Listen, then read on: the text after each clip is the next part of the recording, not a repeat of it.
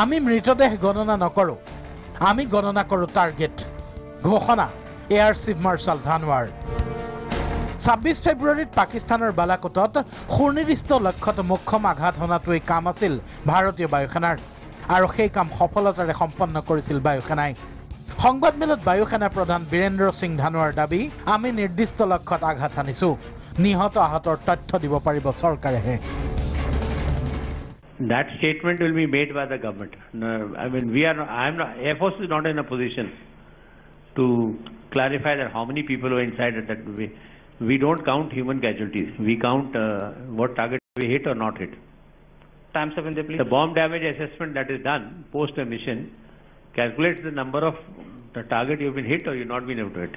বালাকোটত ভাৰতীয় বায়ুসেনাৰ এয়াৰ ষ্ট্ৰাইকৰ সফলতা বিফলতাক লৈ একাংশ বিৰোধী ৰাজনৈতিক নেতাই সন্দেহ সংশয় প্ৰকাশ কৰি থকাৰ সময়ত এয়াৰ চিফ মাৰ্শালৰ এই মন্তব্য নিঃসন্দেহে তাৎপৰ্যপূৰ্ণ আনহাতে পাকিস্তানে ভাৰতীয় বায়ুসেনাই 26 ফেব্ৰুৱাৰীত বালাকোটৰ বনাঞ্চলতহে বোমা পেলোৱা বুলি কৰা দাবীকো নস্যাৎ কৰে বিএছ ধানোৱাই অৰণ্যত বোমা পৰিছিল যদি তেওঁলোকৰ তাৎক্ষণিক প্ৰতিক্ৰিয়া কিয় If he planned to hit the target, we hit the target.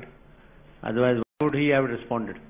ANI, please. If he had dropped bombs in the jungle, there's no need for him to respond.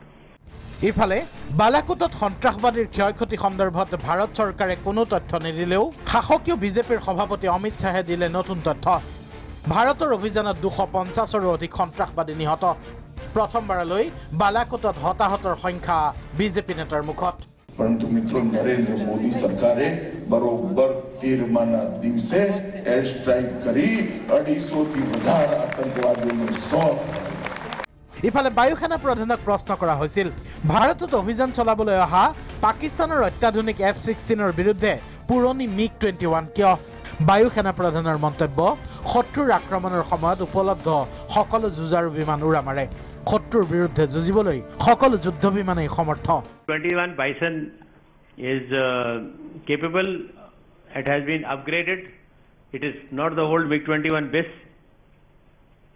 It's got a better weapon system. It's got better radars, better air-to-air missiles, radar warning receivers, shaft flares, whatever it takes to make it, from 3rd generation to 3.5 generation or so. So it is an upgraded aircraft, and we fight with all the aircraft in our inventory. বায়ুসেনাৰ সাহসী pilot অভিনন্দন কেতিয়া উভতিব ককপিটলৈ উত্তৰত air chief মাৰ্শালে ক'লে চিকিৎসকে অভিনন্দনক fit ঘোষণা কৰিব লাগিব Whether he flies again or no depends on his medical fitness. That's why post ejection he has undergone a medical check. Thereafter, if required, whatever treatment is required will be given to him. Once he gets his medical fitness, and then only will he get into a fighter cockpit.